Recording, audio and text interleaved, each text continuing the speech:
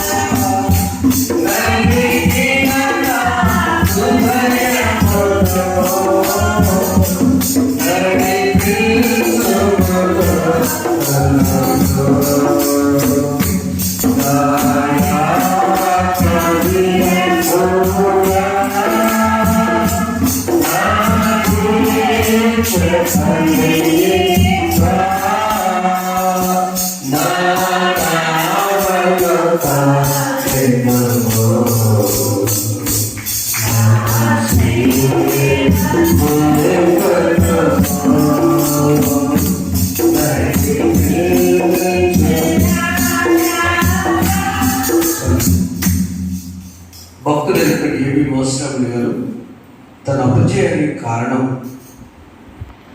నేను కాదు, ఎవరు కాదు, సమాజం కాదు, నీతో లేకపోతే ప్రభు కలిసిన పాట. అంటే దేవుడితో ఉంటే జయం, దేవుడితో లేకపోతే అపజయం. కానీ ఇప్పుడు నా నామం నేను నడిపించాను రాశాను.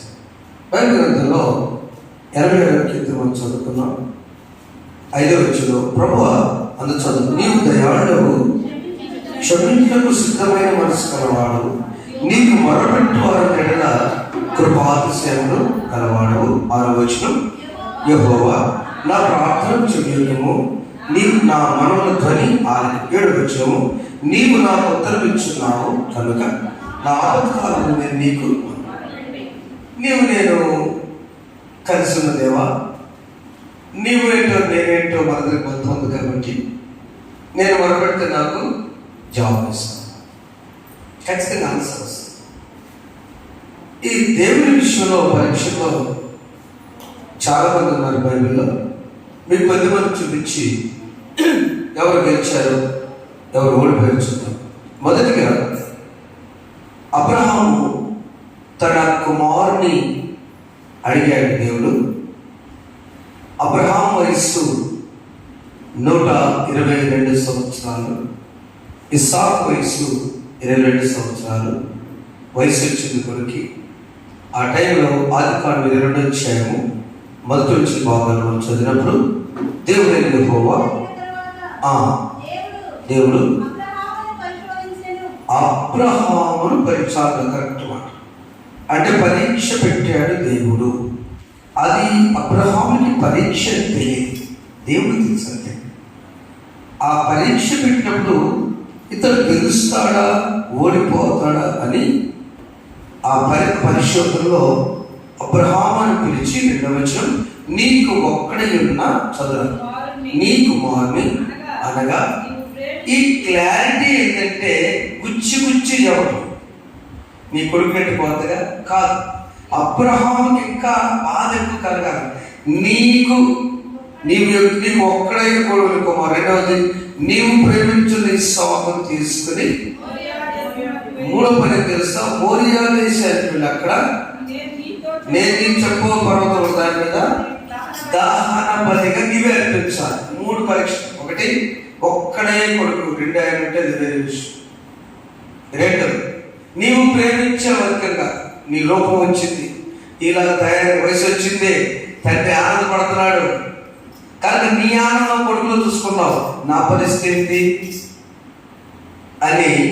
3వది, నీవే వెళ్ళి ఒక దహన బలి అంటే గొర్రె పిల్ల వధించి కట్టెల మీద కాల్చి బూడిదైన దాకుండి, లేదంటే దాని మాంసం అదంతా దాని వెంట్రుకలు పోయిన తర్వాత మాంసాన్ని తినాలి. ఇది దహన బలి అంటే భయంకరమైన పరీక్ష. కొడుకు శరీరం కాల్చుకోవడం. చూడండి, అబ్రహాము ఆ పరీక్షలో 12వ వచనము చూస్తే రెడీ చేసాడంతా. మనం చెప్పుకోక తీసుకెళ్ళాడు, పర్వతాన్ని తీసుకెళ్ళాడు, పైకి తీసుకెళ్ళాడు, కొడుకుని కట్టెలు బయర్చాడు, పండుకోబెట్టాడు. అన్నీ ఉన్నాయి కానీ నాన్నగారు ఆ యొక్క అన్నీ ఉన్న కట్టెలు ఉన్నాయి నింపు కానీ ఎక్కడ బలికి వచ్చినట్టు ఏమన్నాడు, యెహోవా ఈరే చెప్పడం. అది అబ్రహాములో భక్తి. యెహోవా ఈరే, యెహోవాయే చూచుకుంటాడు. పరీక్ష సంతిదానికి యెహోవా ఈరే, ఎందుకంటే పిలిచిన వాడు నా దేవుడు అన్నాడు. అప్పుడు ఆ కత్తి తీసుకుందాన్ని చూడు, 2వ వచనం చూడండి, ఆ చిన్నవారి మీద చెయ్యి వేయకము, అతను ఏమి చేయకము. మళ్ళీ ఇక్కడ అదే మాట్లాడు, నీకు ఒక్కడై ఉన్న నీ కుమారుని నాకియ్యా వెలుక నీవు దేవునికి భయపడేవాడని ఇందువల్ల నాకు కనపడు. అంటే ఒకానొక కొడుకు కదయ్యా అని అంటాడా అనుకున్నారండి. అర్థమైందమ్మా, దేవుడు ఒక్కడే కొడుకు కదా అని ఈ అబ్రహాము అంటే కొడుకున్నట్టేగా. దేవుడు వచ్చి అడిగినప్పుడు అబ్రహాము కొడుకునేమోనంటే ఏం చెప్పారయ్యా, 2 ముగ్గురు ఉంటే ఒకటి ఇస్తా, ఒక్కడే ఉంది అని అన్నాడా? గెలిచాడా పడిపోయాడా? చెప్పండి, అబ్రహాము గెలిచాడా పడిపోయాడా? గెలిచాడు. చూడండి, కానీ ఓడిపోయిందో తెలుసా? అంటే దేవునికి పడాలని గెలుస్తారు. ఒక ఆయన దేవునికి భయపడతాడు అనుకున్నాడు. ఆయన ఎవరు? మన పితృడైన ఆదాము. 3వ అధ్యాయంలో నీవు జీవవృక్ష ఫలాన్ని మాత్రం తినొద్దు. చిన్న కండిషన్. ఇది పెద్ద పరీక్ష, అది పెద్ద పరీక్ష. చెప్పండి అమ్మా, ఏది పెద్ద పరీక్ష? అబ్రహామే పెద్ద పరీక్ష. పండు తినొద్దు అంటుంది. ఏముంది? పండు తినొద్దు అన్న మాట ఎంత మాట? చిన్న మాటగా. అక్కడ పండు తినొద్దు, ఆ జీవవృక్ష ఫలం తినొద్దు అంటే ఆ పరీక్షలు ఆదాం గెలిచాడు, ఓడిపోయాడు. చూడండి, అందుకని 3వ వచనంలో దేవుడు పెట్టిన పరీక్ష 3వ వచనం.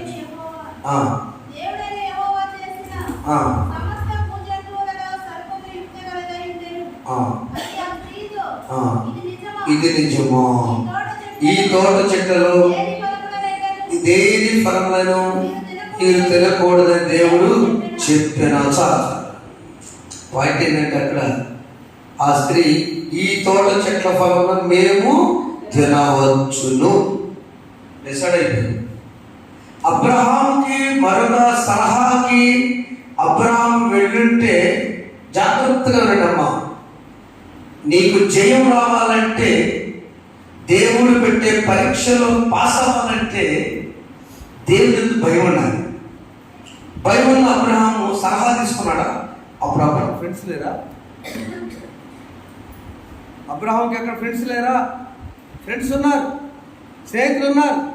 ఉన్నా కూడా అబ్రహాం ఏం చేశాడంటే, ఎప్పుడైతే దేవుణ్ణి ఆయన భయపడ్డాడు దేవునికి, అబ్రహాము ఎవరి సలహా జోలికి వెళ్ళా, ఎవరి జోలికి వెళ్ళలేదండి. ఎవరి జోలికి వెళ్ళకుండా ఎవరి దగ్గరికి వెళ్ళాడు? ఎవరి దగ్గర? దేవుడు. యెహోవా చూసుకుంటాడు. ఈ ఆదాము ఏం చేశారు? జాగ్రత్తగా రండి, అంత తెలుసు. ఎవరి దగ్గరికి వెళ్ళారు? స్నేహితులు దగ్గర. ఎవరు స్నేహితులు? మామ ఆంటీ ఆంటీ చాలా చక్కగా ముందు మాట్లాడు కదా. సర్పము దగ్గరికి వెళ్ళారు. సర్పము దగ్గర కనుక వెళ్ళకపోతే దేవుడిని యెహోవా ఈ చెట్ల ఫలం తినొద్దని భయం ఉంటే ఆదాము తినేవాడా? చెప్పండి. గెలవాలంటే దేవుని యందు భయం ఉండాలి. సో ఆదాముకి భయం లేదు కాబట్టి ఓడిపోయాడు. అవంశం వచ్చేది. అవమని అంటానికి లేదు, స్త్రీలు అంటానికి లేదు. పురుషుడు గట్టిగా ఉంటే స్త్రీదేవి బలహీన. దేవుడు అవమని అడిగాడా? ఆదాము మూడో చెప్తే వచ్చిన, ఆదామా నీవు ఎక్కడ? ఆదామా నీవు ఎక్కడ? తిన్న అవమ కదా, అవమా అనవసరం.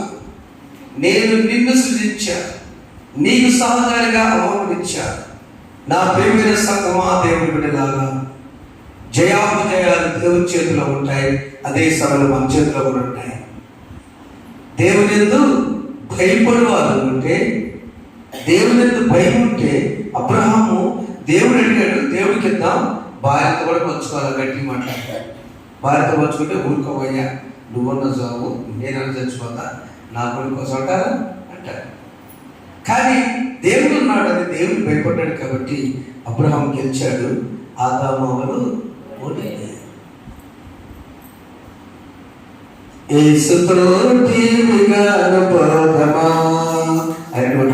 అడ్డుగా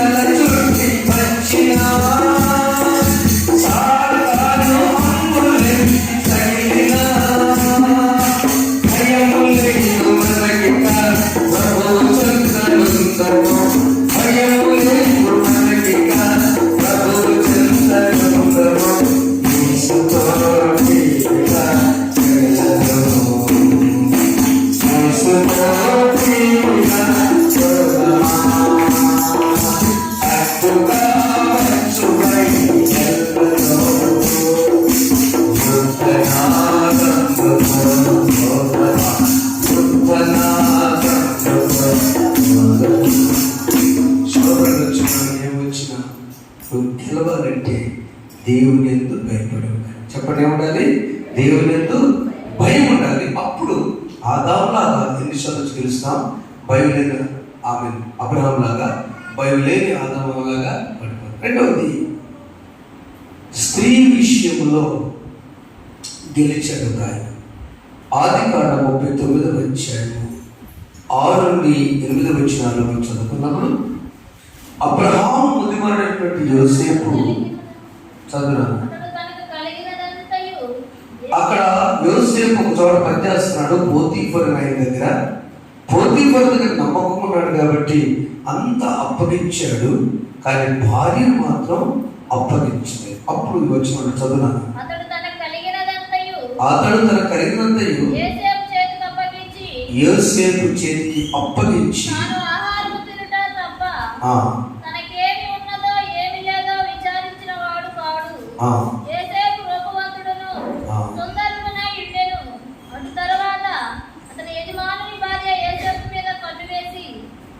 యజమానుని భార్య యోసేపు మీద కన్ను వేసి చెప్పెను.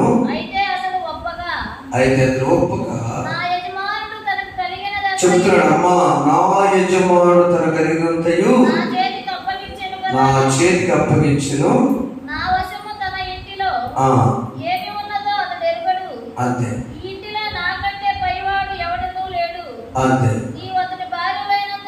నీవు అతన్ని భార్యమైనందున నిన్ను తప్ప మరి దేన్ని నాకు అప్పగింపుగా. చూడండి, యోసేపుకు వచ్చిన అవకాశం పాపము ద్వారా హైదరాబాద్కి వెళ్ళిపోవడం. ఇంకేముంది? ఆ స్త్రీతో, ఆ యజమాని భార్యతో పాపానికి ఒప్పుకుంటే భౌతికంగా యోసేపు చాలా ధర్మంతులు అవుతాడండి. అంతే కావాలని చూసుకుంటాడు. కానీ యోసేపు పరిశుద్ధుడు.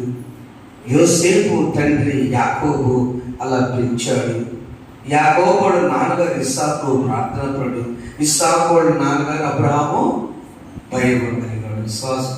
అతని సీరియల్ అబ్రహాము కొడుకు చెప్పండి. అబ్రహాం కొడుకు పేరు ఇస్సాకు, ఇస్సాకు పేరు ఏశావు, యాకోబు కుమారుడు పేరు యోసేపు. ఈ యోసేపు సీరియల్ ఎక్కడి నుంచి వచ్చింది? తన వంశమంతా కూడా తన వెనకంతా చూసుకుంటూ వెళితే యాకోబు ఇశ్రాయేలుగా మార్చబడ్డాడు. యాకోబు నాన్న ఇస్సాకు ప్రార్థనాపరుడు, వారి కోసం ప్రార్థించాడు. తన ముత్తాతైన అబ్రహాం దేవునికి భయపడ్డాడు. ప్రియమైన దేవుని బిడ్డ, పరిశుద్ధతను కాపాడు. చెప్పడం ఒకసారి, యోసేపు ఎందుకు ఆ పరీక్షలో గెలిచాడో ఓడిపోయాడా? ఒక్కడే చదువుతున్నాను. యోసేపు గెలిచాడో ఓడిపోయాడా? గెలిచాడు. ఎలా? ఇబ్బంది. జైలు చేసింది, అడ్డం తిరిగి రివర్స్ కేసు పెట్టేసి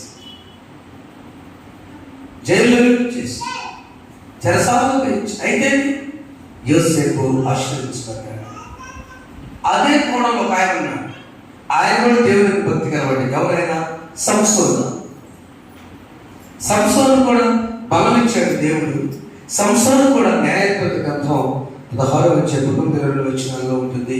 సంసోను కూడా దేవుడు అంత శక్తి ఇచ్చాడు. సంసోను ఏం చేశాడంటే స్త్రీ విషయంలో గెలిచాడు, ఓడిపోయాడా? సీక్రెట్ చెప్పాడు. అసలే యాంటీ పార్టీ ఫిలిస్టీన్ అయితే, ఆ స్త్రీ ఫిలిస్టీన్ అయితే, ఇశ్రాయేల్కి యాంటీ అయితే, ఆమె ఢిల్లీలో దగ్గర నుండి నువ్వు ఎంత భరోసా ఎట్లయినా డియర్ అనగానే ఏం లేదు డియర్, నా చెవి వెంట్రుకల్లో సీక్రెట్ ఉంది, ఇది కట్ చేసేవనుకో నా పని అయిపోతుంది. గుండు గురి వచ్చేసాడు. ఏమైంది అక్కడ? ఓడిపోయాడు. గమనించండి, పరిశుద్ధతను కాపాడుకున్న యోసేపు గెలిచాడు. భౌతిక శ్రమే కావచ్చు, జైలు వేయించుకోని కాదు, కానీ శాశ్వతమైన ఆశీర్వాదం యోసేపు పొందాడు. తాత్కాలికమైన ఆనందం కోసమేమో ఎవరి సంస్థను ఓడిపోయాడు. ఏది కోరుకున్నా ఎవరుస్తున్నారా? దేవుడి రాత్రి నాతో మాట్లాడకుండా చెప్పాడు. అదేదో నాకు వెనకైతే ఇంపార్టెంట్ ప్రార్థన ఉంటే ఇక్కడ ముఖ్యమైన సందేశం దేవుడు మాట్లాడు. ఆమె నా బిడ్డలకు అవసరం, ఇద్దరికైనా ఒకరి కోసమైనా. ఈ రాత్రి నువ్వు గెలుపు ఓటములు మన మధ్య పోరాడుతున్న మన మధ్య గెలవాలి అంటే దేవునికి భయపడాలి. ఎవరైనా ఒకటే. నెంబర్ 2, నీ పరీక్షలో నీవు ఖచ్చితంగా పరిశుద్ధత కావాలంటే నువ్వు శ్రమలు పడాల్సిన యోసేపు వల్లే ఆ పరిశుద్ధతను కాపాడుతున్నాడు తల్లిదండ్రులు ప్రార్థన ద్వారా. మనం కూడా మన బిడ్డ కోసం ప్రార్థన చేస్తే రేపుగా ఇస్సాకు బాగా ప్రార్థిస్తాడు. యాకోబు దీవించుకుంటాడు. యాకోబు రాయలమ్మ ఎంతో ప్రార్థన చేస్తుంటారు. యోసేపు దీవించుకుంటాడు. సమస్యలు వచ్చి అక్కడ సంసోను విషయంలో అది లేదేమో, ఆదాము విషయంలో తెలియలేదు. వారికి పాపం పెద్దోడు లేరు ఇంట్లో. ఇంకా ఆదామే పెద్దోడు కదా, పెద్దరికం లేదు ఆదాము వాళ్ళ ఇంట్లో. రాత్రి కాలంలో పెద్దరికం ఉన్న గృహాలను బిడ్డలారా, సంసోను జీవితం నాకు ఓడిపోవడానికి ఇష్టమా? నీ సీక్రెట్ ఎక్కడ చెప్పుకోవడం అంటే ఇంటి గుట్టట బయట ఎక్కడ చెప్పుకోండి. ఇంట్లోనే ఉండాలి. అత్త కోడలు తెచ్చుకున్నా, అన్నదమ్ములు తెచ్చుకున్నా, అక్క చెల్లి తెచ్చుకున్నా, నా పొట్టుడు వచ్చారు అయితే 2 అయ్యారు పొట్టు చాలు చెప్పకూడదు. అసలు నాకు చెప్పకూడదు. మన నోరు వెళ్ళిపోతుంది. మీ ఊరు ఎక్కువ ఊళ్ళు చెబుతుంది సార్ కదా, చెప్పకూడదు. అసలు పాఠశాలలో అంతే. ఎందుకు? నీ గుట్టు జ్ఞానవంతురాలు తన ఇల్లు కట్టుకున్నట్టు అర్థము ఆ జ్ఞానవంతురాలుగా ఆ ఇంట్లోనే ఉండాలి. అప్పుడు ఆ స్త్రీ ద్వారా ఆశీర్వదిస్తుంది. ఆశీర్వదించిన ఏ స్త్రీ అయితే ఆ యజమాను కోసం మోసం చేసి తన గమనిస్తున్నటువంటి యోసేపులో ఆమె ఇబ్బంది పడింది. 3వది పరీక్ష భక్తి విషయంలో మనం చూసినట్లయితే, ప్రార్థన విషయంలో చూసినా కూడా ఎప్పుడూ ప్రార్థన చేసినటువంటి దానియేలు దానిలో 6:10 ఆయనకి శ్రమలన్నీ వచ్చినాయి. ఆ విగ్రహాన్ని పూజించమని వచ్చినప్పుడు దానియేలు దాన్ని పూజించిన పరీక్షించింది. దానియేలు ఆ ప్రతిమకు మొక్కలేదు. ఆయన మరి సింహాల గుహలో వేయబడినప్పుడు ఆ పరీక్షలో దానియేలు గెలిచాడా, ఓడిపోయాడా? సింహాల బోనైనను సంతోషముగా వెళ్ళి మన సింహాల బోనైనను సంతోషముగా వెళ్ళి ప్రార్థించిన వెంటనే రక్షించేది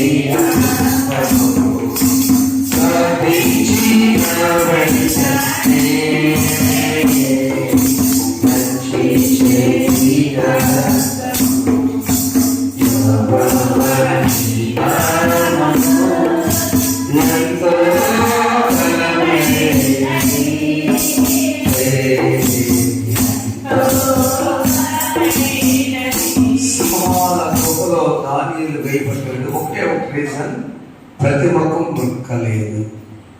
ఒక విగ్రహం అది నాకు అనవసరం, నా దేవుడే నాకు ముఖ్యం. నా దేవుడు చదువు 6:10 ధన్యవాదాలు వారు చెప్పవచ్చు. ఇంటి శాస్త్రం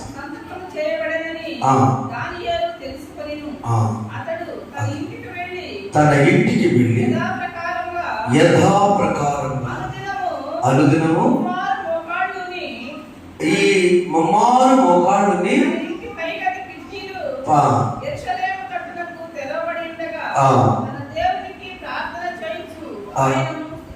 అంతే. సమస్య ఏంటంటే మొక్కాలి మొత్తం వచ్చేస్తుంది శాస్త్రం. ఆ శాస్త్రానికి మొక్కకపోతే సింహాల కూర వేస్తారు. దాని షాక్ తినకుండా యథావిధి తన ప్రార్థన ఆపలేదు. జాగ్రత్తగా ఉంచండి నా తల్లులారా, సోదరులారా, దేవుని బిడ్డలారా. సమస్య వచ్చినప్పుడు ప్రార్థన ఆపకూడదు. మనం చేసేది ఏంటంటే సమస్య ఇస్తే ప్రార్థన ఆపేస్తాం. పెళ్ళిళ్ళు పెట్టినా ముందొక వారం వెనక వారం ప్రార్థన ఎగ్గొడతాం. ఎందుకు? ఎక్కడ సార్ పనులు తప్పదు. దానియేలుకి సమస్య రాగానే యథాప్రకారంగా ముమ్మారు ప్రార్థన చేశాడు. ఆ కిటికీ తీసి యెరూషలేము వైపు చూచాడు. అంటే అర్థం ఏంటి? శ్రమలు వచ్చినప్పుడు నీకేం చేయాలి అర్థం కానప్పుడు ప్రభువుని ఎందుకు తప్ప మనం ఆ సిలువ చూడటానికి ఇష్టపడతాం. అది ఆపితే తట్టుకోలేదు అమ్మగారు. ఎవరు లేట్ ఆఫీస్ ఏంటి వచ్చే రోజే కరెంట్ లేదా, ఇన్వర్టర్ లేదు, ఇన్వర్టర్ ఏంటి చూడండి. దేవాలయపు ఎవరికి ఏ బాధ అర్ధరాత్రి వస్తుందో దేవాలయం రెడ్ సిలువ చూస్తూ ఉంటే అది చుట్టూ ధైర్యం వస్తుంది మనకి. కిటికీలు తెరిచి యెరూషలేము వైపు చూచాడు దానియేలు కదా. ప్రార్థన చేశాడు. దానియేలు ఓడిపోయాడా గెలిచాడా? దానియేలు గెలిచాడా ఓడిపోయాడా? గెలిచాడు. తప్పకుండా దేవుని వెళ్తాం. దేవుడి వైపు నుంచి ప్రార్థన చేస్తే నీకు జయమే. పరీక్షలో గెలిచాడు. ఓడిపోయిందో తెలుసా? డబ్బు అనే విగ్రహం కోసం నయమాను స్వస్థపడిన తర్వాత ఎలీషా దగ్గర గెహాజీ అయిన రాజు 2 గ్రంథం 5వ అధ్యాయంలో గురువుగారు వస్తున్నాడు కానీ మరి తెమ్మన్నాడు అని చెప్పి చూడండి. రాజు 2 గ్రంథం 5వ అధ్యాయం వెళ్ళి అయ్యగారు నయమాన్ యొక్క సైన్యాధిపతి అతను తెల్ల కుష్టి వచ్చిందండి. ఆ కుష్టి వస్తే ఒక చిన్న బాలిక కావాలని ఇజ్రాయెల్ దేశంలో ఎలీషా అనే దైవజనుడు ఉన్నాడంటే అక్కడికి వెళ్ళాడు. ఆయన 7 సార్లు యోర్దాను మనమంటే ముందు వెళ్ళలేదు. మరలా వెనక్కి వచ్చి యోర్దాను మునిగిన తర్వాత స్వస్థపడ్డాడు. ఆ స్వస్థపడిన తర్వాత మళ్ళీ వెనక్కి వెళ్ళి ఆ గురువు గారు ఎలీషా యుద్ధాన్ని వెళితే నాకేమొట్టయ్యా నువ్వు వెళ్ళిపోయి దేవుని నమ్ముకొని పంపించిన తర్వాత ఆ ఎలీషా దగ్గర పనిచేసి గెహాజీ ఆయన వచ్చి నయమాన్ దగ్గరికి వచ్చి ఏం చెప్తున్నాడు అక్కడ? అయ్యా చదువురా. రాజు 2 గ్రంథం 5వ అధ్యాయం.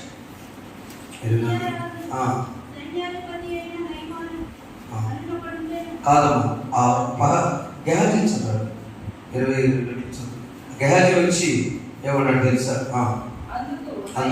నయమాను నీకు అనుకూలమైతే రెట్టింపు వెండి తీసుకుని 22 వచ్చిన చెప్పాడు ఒకసారి, నా యజమానుడు నా చేత వర్తమానం పంపి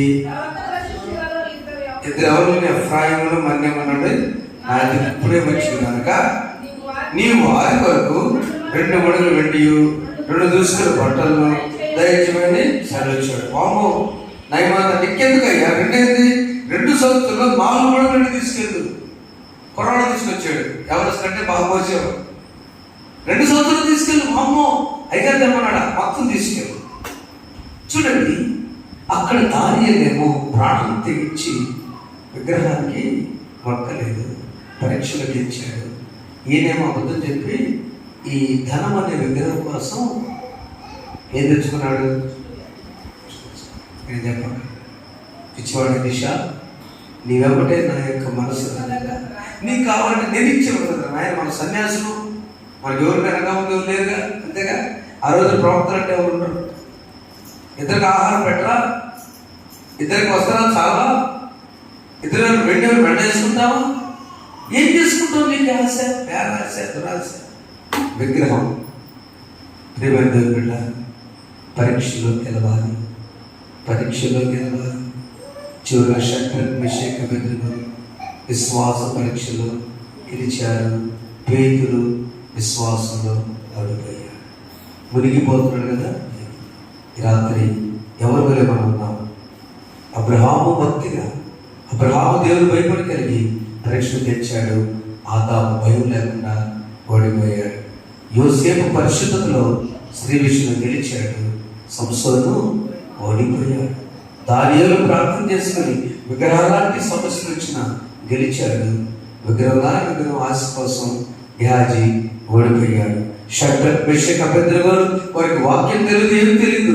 దానియేలు స్నేహితులు వాళ్ళు మంటలోనే పట్టాలి రెడీ ఉండి గెలిచాడు. ఈ నీళ్ళలో పేతురు మునిగిపోయేసరికి ఓడిపోయాడు. ఎవరి వల్ల మనం ఉందాం? తల వచ్చి లేచి పెడదామా?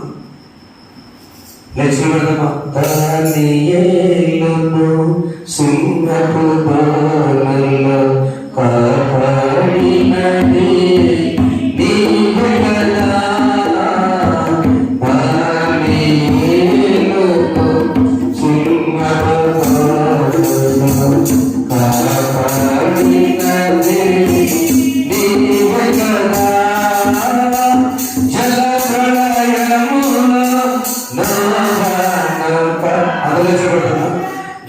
ప్రళయములో నోవాను కాచిన బలవంతము నీవే కదా, నీవే కదా, నీవే కదా, నీవే కదా. హల్లెలూయా, హల్లెలూయా,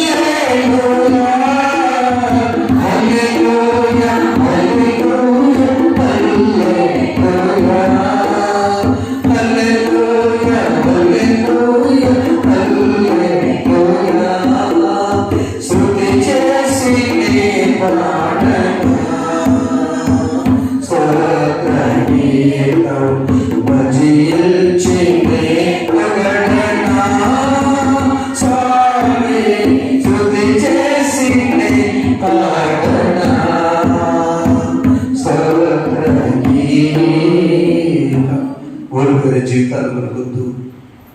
శ్రమల్లో, శోధనలో, పరీక్షల్లో గెలిచిన జీవితాలు మనం చూసుకుంటాం. ఎవరు గెలిచారమ్మా? దేవుడికి భయపడే విషయంలో అబ్రహాము గెలిచాడు. ఎవరు గెలిచిన పరిశుద్ధ విషయంలో? యోసేపు తన భక్తిని, తన పరిశుద్ధ కాపుని గెలిచాడు. అవునా? ఎవరు గెలిచారు? దానియేలు ప్రార్థన ద్వారా గెలిచాడు. ఎవరు గెలిచారు విశ్వాస విషయంలో? మీరు అగ్నిగుండాలు పడేసుకోండి. షడ్రక్ మెషక్ అబేద్నెగో ముగ్గురు దానియేలు స్నేహితులు గెలిచారు. మనం గెలవద్దా? మనం గెలవద్దా? ఒక్కసారి మనం ప్రభుని ప్రార్థన చేసుకున్నాం. తల వంచండి, ప్రార్థన చేసుకున్నాం. ఒక్కసారి ప్రార్థన చేసుకున్నాం. నువ్వే పరీక్షలో ఉన్నావు? బయట ఉన్నావు సోదరి, బ్రదర్స్, బయట ఉన్న వారు కూడా లేచి మీడియాలో చూస్తున్నారు. ఒకసారి కళ్ళు మూసుకోండి. ఏ పరీక్ష దేవుడు పెట్టాడు? పరీక్షలు గెలుస్తున్నామనుకో, అంతే, భయపడద్దు. చదువులు వస్తాయి. ప్రతి గెలుపు కష్టం ఉంది, ప్రతి విజయానికి వేదన ఉంది. ఆయన గెలుపు నీదే. పరిశుద్ధులకు స్తోత్రాలు. మా బిడ్డలను బట్టి ప్రార్థిస్తున్నా, తల వచ్చే ప్రతి బిడ్డను బట్టి ప్రార్థిస్తున్నాను. బిడ్డ మూరెట్ల శ్రద్ధ ఇచ్చి నీకు మొరపెడితే చాలు. 86 దయాళు అని చెప్పారు, నువ్వు ఆశ్రయిస్తావని చెప్పారు. తండ్రి స్తోత్రాలు. మీ మాట గొప్పది నాయన, స్తోత్రాలు.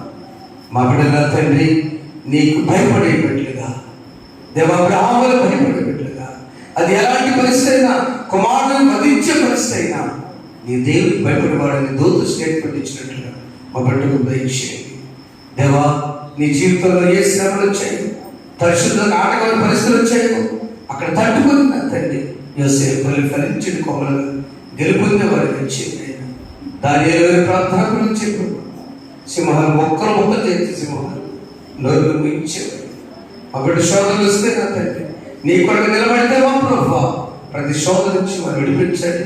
పరీక్షలు దయచేయండి. ఏ భక్తులు కాదు నాయన, కేవలం దానిని చూచి ప్రభు విశ్వాసమీరుగా ఉన్నారు తండ్రి. వారికి జయనిచ్చి స్తోత్రాలు. మా బిడ్డలు నా తండ్రి ఈ మండుటెండలో వాతావరణ తలవచ్చిన స్తోత్రాలు. ఏ మన బిడ్డలు పెడుతున్నారో వాళ్ళు ఆలోచించండి. మా గ్రామంపై మా ప్రాంతంపై శక్తిని కుమారించండి. వీళ్ళతో చూస్తున్న బిడ్డలు ఆశీర్వించండి. వాక్యాన్ని బిడ్డలు దీవించండి.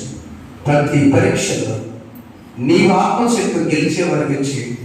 యేసు నామములో వేడుకొంచున్నాం తండ్రి, ఆమేన్. పరలోకమందున్న మా తండ్రి, మీ నామం పరిశుద్ధపరచబడుగా, మీ రాజ్యం వచ్చుగా, మీ చిత్తము పరలోకమందు నెరవేర్చినట్లు భూమి అందులో నెరవేరుగా. మా అనుదిన మాకు దయచేయండి. మా ఎడల అపరాధం చేసిన వారు మేము క్షమించిన ప్రకారం మా అపరాధం క్షమించు. శోధనలతో ఏకాదృష్టిని తప్పించు. రాజ్యము శక్తియు మహిమయు ఎంతో నీవేనని. ఆమేన్. మన తండ్రి దేవుని ప్రేమ, ప్రభువైన యేసుక్రీస్తు వారి కృప, పరిశుద్ధాత్మ సహవాసం సదాకాలం మీకు మీ కుటుంబాలు మీకు సమస్తం తోడైనగాక. ఆమేన్. నిన్ను నేను విడువను దేవా, నీవు నన్ను దీవించు వరకు. నిన్ను నేను విడువను దేవా, నిన్ను నామిన పాడల నెల్లా, నీవు చక్కగా దీవించెదవు. నిన్ను నేను విడువను దేవా.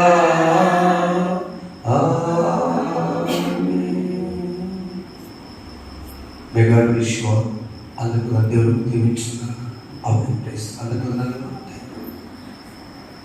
గమనించండి, చీకటి పడుతుందని ఇంకా 7 బాగు స్టార్ట్ చేస్తున్నాం. 8 బాగు అయిపోతామా, మళ్ళీ